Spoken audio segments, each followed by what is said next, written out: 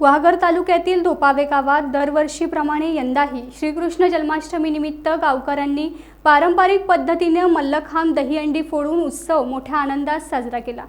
गावातील तरुणांनी एकी आणि धैर्य दाखवत मानवी मनोरे रचत जल्लोषात दहीहंडी फोडली। गोविंदारे गोपाळा यशोदेच्या तान्ह्या बाळा या जयघोषाने संपूर्ण परिसर दुमदुमून गेला। महिलांनी पारंपरिक गीतं गाऊन टाळ झांज वाजवून उत्साहाला अधिक रंगत आणली।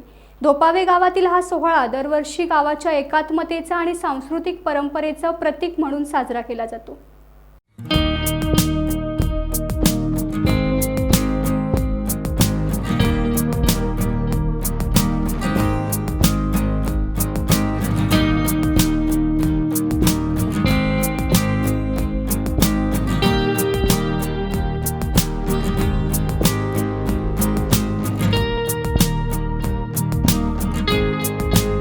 टाइम्स डिजिटलला लाईक करा, शेअर करा, सबस्क्राइब करा आणि बेल आयकॉन दाबायला विसरू नका।